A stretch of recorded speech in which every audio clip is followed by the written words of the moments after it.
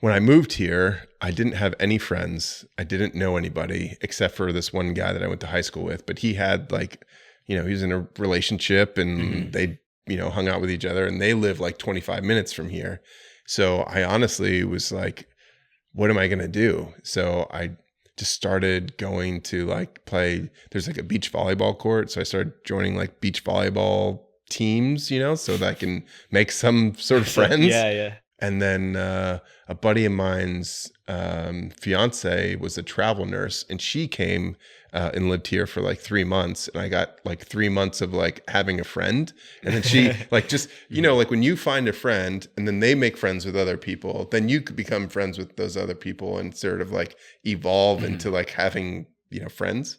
And then I was like, all right, well, I'm going to start in a co-working space. And so they have these things in this co-working space called, what's it called? I can't remember what it's called. But anyways, they give you 10 minutes to like talk about anything that you want. So like all the co-working people meet in one of the co-working offices or locations, and you give like a 10-minute speech about whatever you want. Some people talk about their cats. Some people talk about like, getting a breast reduction. I mean, one girl talked about working in a cabaret on the weekends, and I was like, my first presentation was, I have no friends. And so I presented. Oh, I remember you talking about this. Yeah. So I presented for 10 minutes, and I came up with like this PowerPoint presentation about why I would be a good friend. And so I presented it, and then like people were calling me up literally that were in the crowd saying, hey, let's go get coffee.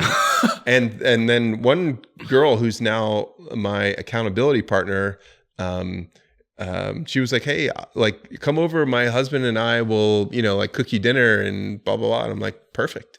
And so then my next presentation was, I have no girlfriend. And literally I invited my now girlfriend. This was, about almost exactly 4 years ago. I invited my now girlfriend to it. But she's a chiropractor, and she does a lot of, pregnant women chiropractic care. And she, like literally one of her patients went into labor like that night. So she didn't come to the presentation. She went with her patient. But I started dating her like days or weeks after that. So they both worked. So it definitely helped.